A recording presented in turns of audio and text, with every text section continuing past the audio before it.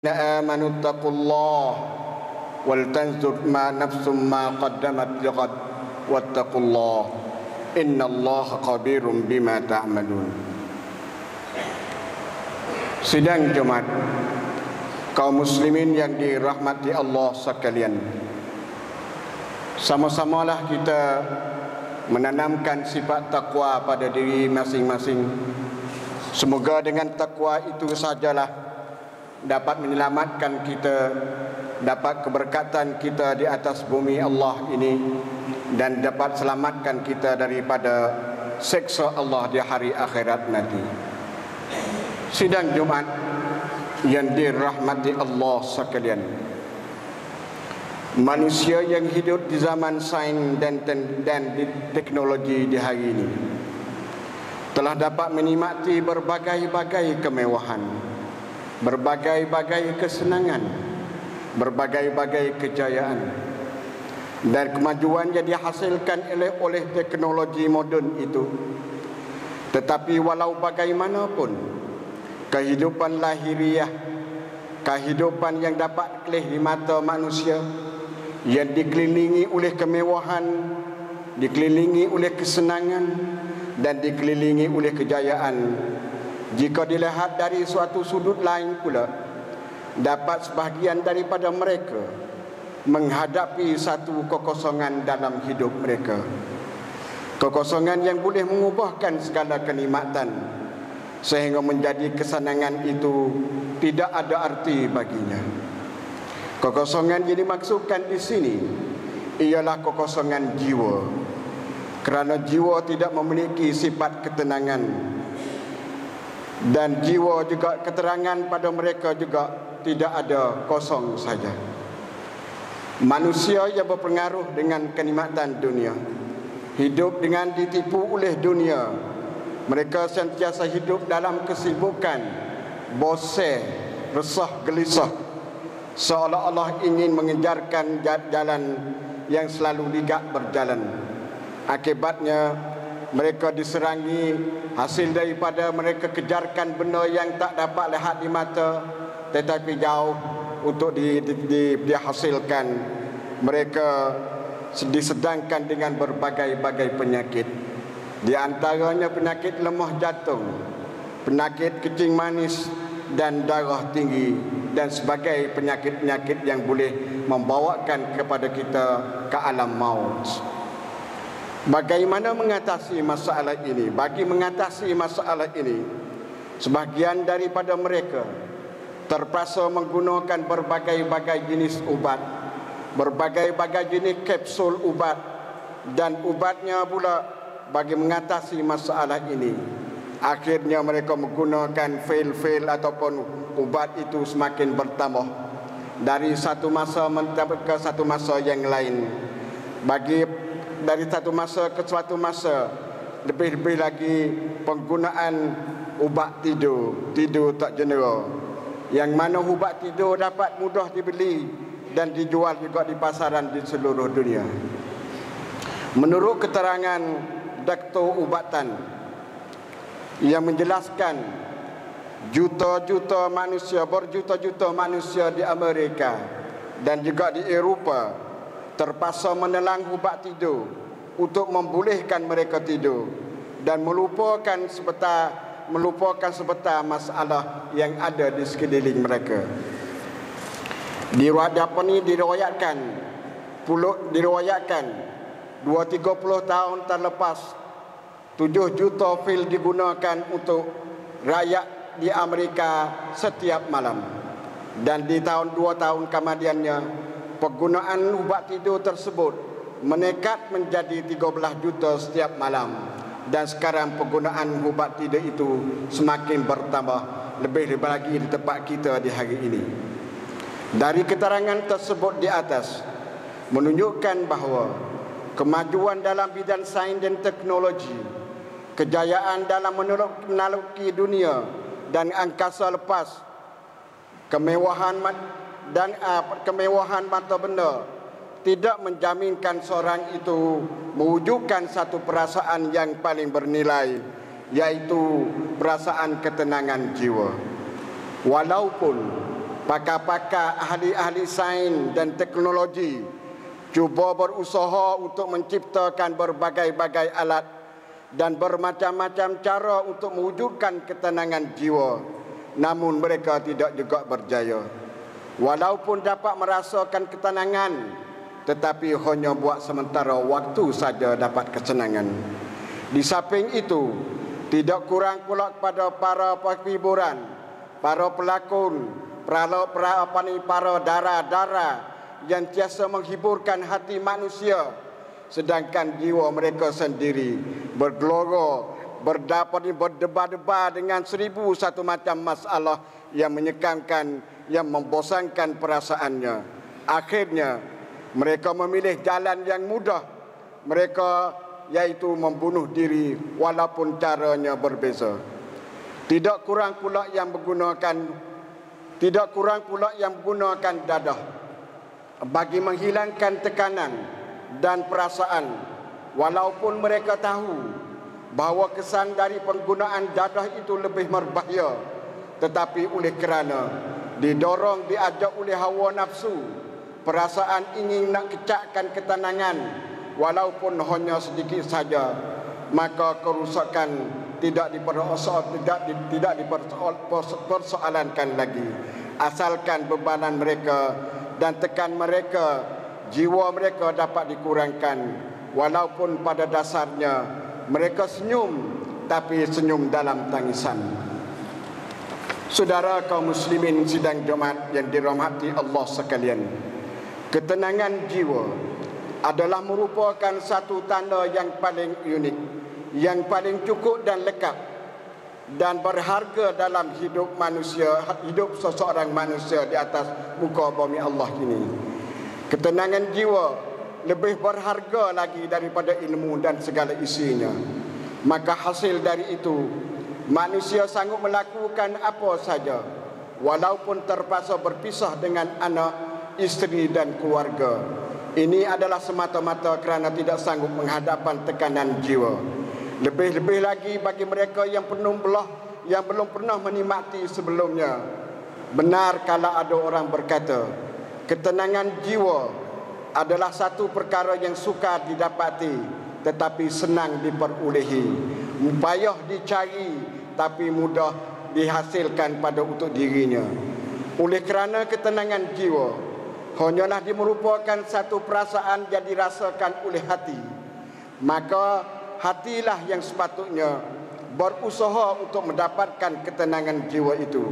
Bukanlah telinga, bukanlah ketenangan jiwa itu melalui telinga didengarkan, dan bukan juga dengan mata semata-mata dilihatkan, tetapi boleh didapati melalui hati dan usahanya sendiri.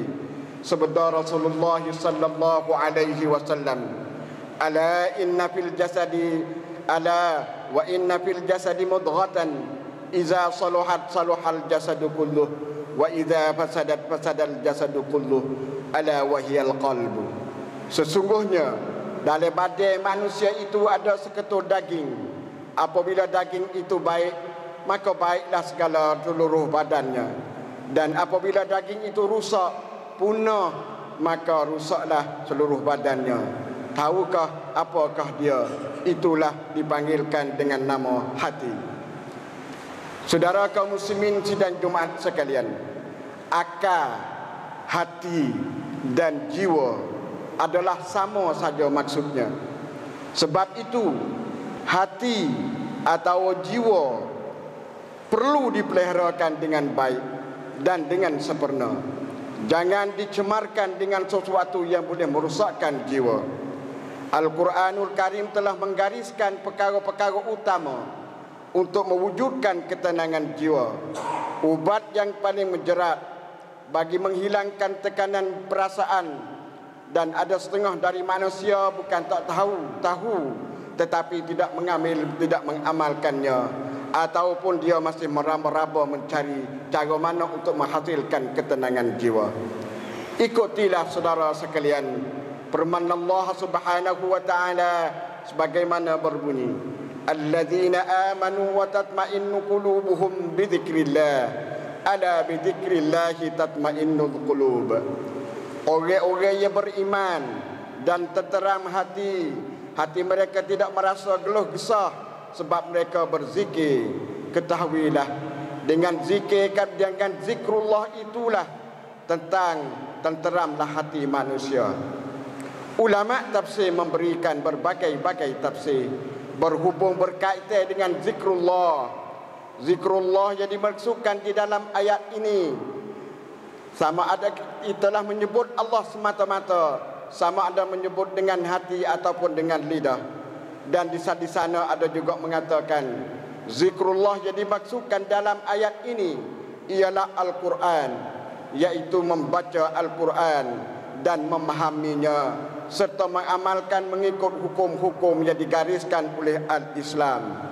Dan di sana ada pula ulama yang mengatakan maksud dengan zikrullah di sini ialah mengerjakan sembahyang berdasarkan firman Allah Subhanahu wa taala, innani anallahu la ilaha illa ana fa'budni wa aqimis salata li dzikri. Sesungguhnya akulah Allah, tiada Tuhan melainkan aku. Oleh itu sembahlah akan Aku dan dirikanlah salat, dirikanlah sembahyang untuk mengingati aku. Mengikut gambaran perkara ataupun perkara-perkara yang disebutkan oleh Al-Quran itu, tiada jiwa yang lebih tenang, tiada jiwa yang lebih tenteram daripada jiwa yang dinamakan An-Nafsul Mutmainnah. Al-Imam Fakhrur Razi rahimahullah ketika menghuraikan pengertian An-Nafsul Mutmainnah di dalam tafsirnya, beliau menjelaskan bahawa jiwa yang juga dikenali dengan hati ini memang hanya satu saja. Tiada ada pada manusia dijadikan dua hati. Sebagaimana firman Allah Subhanahu wa taala, "Ma ja'alallahu lirajulin min qalbayni fi jawfihi." Allah tidak sekali-kali menjadikan seseorang itu mempunyai dua hati dalam rongga dadanya. Walaupun Allah Subhanahu wa taala sendiri menjelaskan bahawa hati itu adalah satu saja, tetapi sifatnya amat banyak. Apabila sifat-sifat itu lebih cenderung kepada ketuhanan, lebih dan menghayati pula kepada nilai-nilai kebaikan, maka ia termasuklah ke dalam golongan An-Nafsul Mutmainnah. Keistimewaan An-Nafsul Mutmainnah ini ialah merasai ketenangan, kebahagiaan hidup dalam segenap sudut, dalam segenap segi. Dan ketika ketenangan jiwa ini tidak ada pada seseorang manusia, maka timbullah pada manusia itu perasaan resah gelisah, duduk serba salah. Maka bagi mereka yang tenang hatinya juga jauh sekali untuk nak merasa duka cita, tenang dalam menghadapi hidupnya, dan akan tenang juga menghadapi sakratul maut, kedahsyatan, keseksaan suatu nyawa dicabut oleh malakul maut dari badannya. An-Nafsul Mutmainnah atau jiwa yang tenang, ciwiti sengupsup, atau jiwa yang tenang akan tumbuh pada seseorang manusia. Itu adalah dengan sebab kemampuan akal bertindak ke atas sesuatu, mengajakkan untuk mengerjakan sesuatu, berpandukan, mengajakkan kepada iman. Maka dasar iman inilah sebagai landasan ataupun tupuan untuk menyampaikan manusia kepada suatu matlamat, menyampaikan manusia kepada satu tujuan. Tidak kira sama ada matlamat itu senang ataupun susah, menang ataupun kalah, kesemuanya dapat terima dengan penuh keredaan dan kesenangan hati. Ia tidak akan melonjak kegembiraan bila mana mereka menerima sesuatu yang boleh menggembirakannya. Begitu juga ia tidak akan berduka cita bila ditimpa oleh musibah dan percubaan, dan jauh sekali untuk berputus asa dan mengikut perasaan hawa nafsunya. Saudara kaum muslimin sidang Jumat sekalian, Inilah golongan yang lebih dikenali dengan jolokan waliullah, orang-orang yang Allah kasih, seperti yang dipermankan oleh Allah Subhanahu wa taala. Ala inna awliya Allahi la khawfun alaihim wa la hum yahzanun. Ketahuilah, sesungguhnya waliullah itu tidak ada kebimbangan dengan sesuatu yang tidak baik terhadap mereka, dan mereka juga tidak akan berduka cita. Oleh yang demikian, oleh itu berusahalah kita supaya mendapatkan darajah an-nafsul mutmainnah, jiwit disengupnan, agar hidup sentiasa tenang, tanpa gangguan perasaan yang mencekamkan jiwa, yang menekankan jiwa, dan juga jiwa yang tidak diganggukan oleh gangguan syaitan yang timbul tergelar, yang datang dari kalangan jin dan manusia sesama manusia. Dengan itu, mari sama-sama kita menerima dan menyauk seruan ilahi yang sentiasa menyeru, sentiasa memanggil hamba-hambanya, lebih-lebih lagi hamba yang mempunyai iman, yang tidak berbelah bagi dan sentiasa beramal-amal soleh, agar hidup mereka dapat tergolong ke dalam golongan yang diredai oleh Allah Subhanahu wa taala. Sebagaimana firman-Nya, seruannya Allah, panggilan Allah, yaitu ya ayyatuhan nafsul mutmainnah irji'i ila rabbiki radiyatan mardiyah fadkhuli fi ibadi wadkhuli jannati. Allah memanggil manusia, wahai orang-orang yang mempunyai jiwa yang sentiasa tenang, tetap dengan kepercayaan dan bawaan yang baik, kembalilah kamu kepada Tuhan kamu dengan keadaan engkau berpuas hati dengan segala nikmat yang diberikan oleh Allah, lagi pula yang diredai di sisi Tuhanmu, serta masuklah kamu ke dalam hamba-hambaku yang berbahagia, dan masuklah kamu ke dalam syurgaku. Itulah dia yang dikatakan ni'mal abdu innahu awwab. Ia adalah sebaik-baik hamba yang kuat beribadat, lagi pula sentiasa rajak kembali mencari Allah. Barakallahu li wa lakum fil Qur'anil azim, wa nafa'ani wa iyyakum bima fihi minal ayati waz zikril hakim, wa taqabbala minni wa minkum tilawatah, innahu huwal ghafurur rahim. Fastaghfiruh fa ya fawzal mustaghfirin wa ya najatat taibin. Rabbi shrah li sadri wa yassir li amri.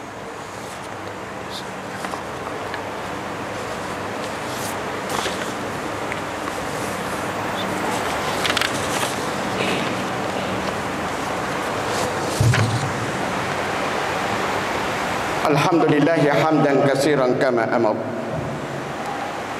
Asyhadu an la ilaha illallah wahdahu la syarika lah, wa asyhadu anna Muhammadan abduhu wa rasuluh. Allahumma salli wa sallim wa barik ala Muhammad wa ala alihi wa sahbihi wa sallam. Amma ba'du. Saudara kaum muslimin sidang Jumat sekalian, hati adalah satu-satunya anggota dalaman yang tak dapat dilihat dan juga tidak diketahui oleh seorang manusia tentang gerak-geri hati seseorang itu, kecuali Allah Ta'ala jualah mengetahui hakikatnya. Hati dan iman yang ada pada seorang manusia itu boleh dibagikan kepada 3 jenis kelakuan hati. Al-qulub salah satu anwa, qalbun khalin minal iman. Hati terbagi pada 3 bagi. Sebuah kelakuan, cara gerak-geri hati yang ada manusia itu 3 kelakuan hati. Satu hati yang kosong daripada iman, kosong, tak ada apa-apa, iman tidak ada dalam hatinya. Yang kedua, qalbun qad istanara bi nuril iman, hati yang telah disuluhi dengan cahaya iman. Yang ketiga, qalbun mahsyuun bil iman, hati yang diisikan dengan iman. Bukanlah semua orang yang beriman itu selalu mendapat hidayat daripada Allah. Dan bukanlah pula yang tidak beriman kepada Allah itu selalu berada di dalam kesesatan. Kerana itu adalah pekerjaan Allah Subhanahu wa taala.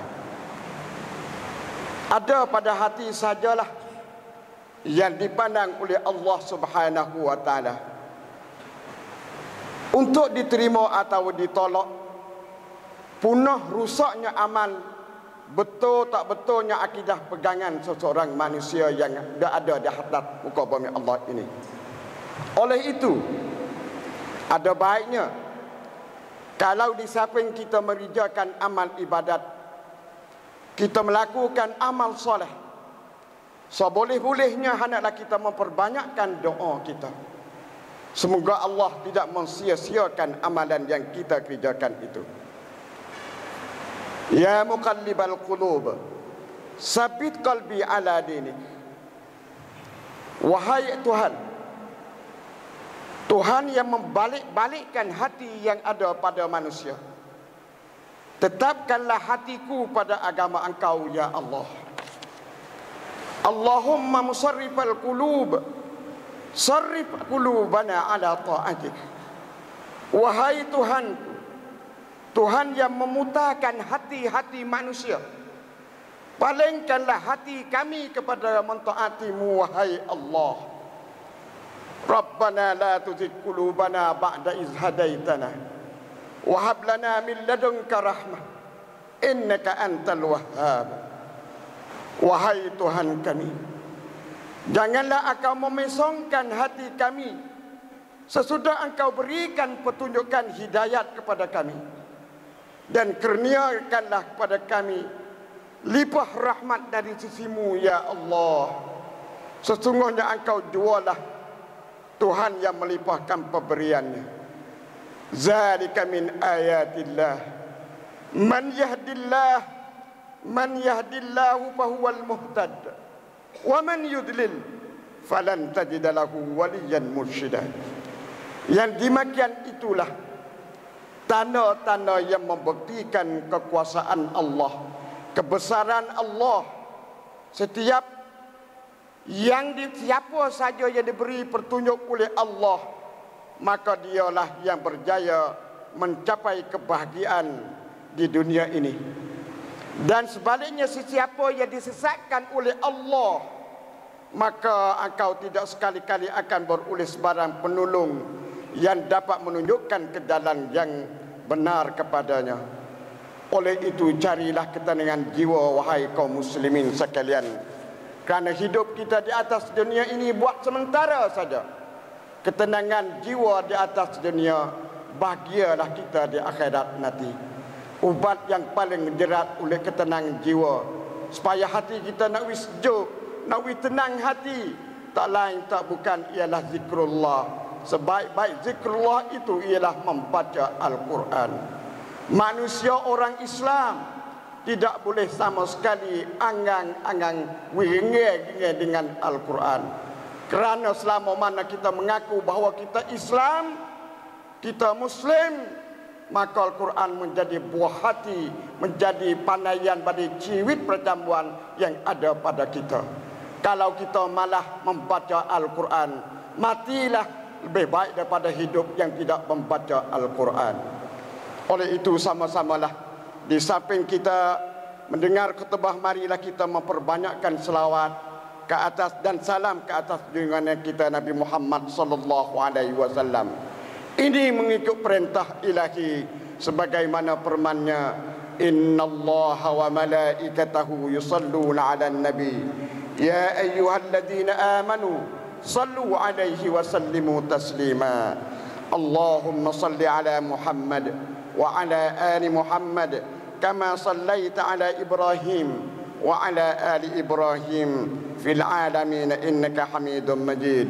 Wardallahumma an khulafa'i nabiyyikal arba' Abi Bakr wa Umar wa Utsman wa Ali wa an baqiyatis sahabati wal qarabati ajmain. Allahumma ighfir lil muslimin wal muslimat wal mu'minin wal mu'minat al ahya'i minhum wal amwat إنك سميع قريب مجيب الدعوات ربنا آتنا في الدنيا حسنة وفي الآخرة حسنة وقنا عذاب النار عباد الله إن الله يأمركم بالعدل والإحسان وإيتاء ذي القربى وينهى عن الفحشاء والمنكر والبغي يعظكم لعلكم تذكرون فاذكروا الله الجليل يذكركم واشكروه على نعمه يزدكم واسألوه من فضله يعطكم ولذكر الله أكبر والله يعلم ما تصنعون أقم الصلاة